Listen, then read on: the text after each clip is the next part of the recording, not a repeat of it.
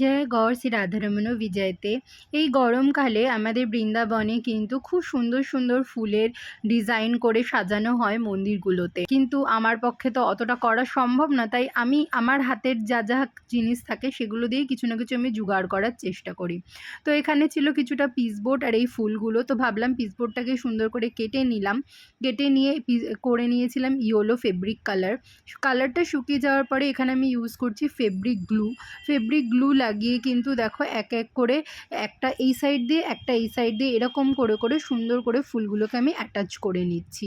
এইভাবেই কিন্তু পুরো যে জিনিসটা আমি বানিয়েছি স্ট্রাকচারটা সেটার মধ্যেই কিন্তু এরকম করে নিতে হবে। তোমরা চাইলে অন্য নানা ধরনের ফুল ইউজ করতে পারো। আর এটা কিন্তু ফাইনাল লুক।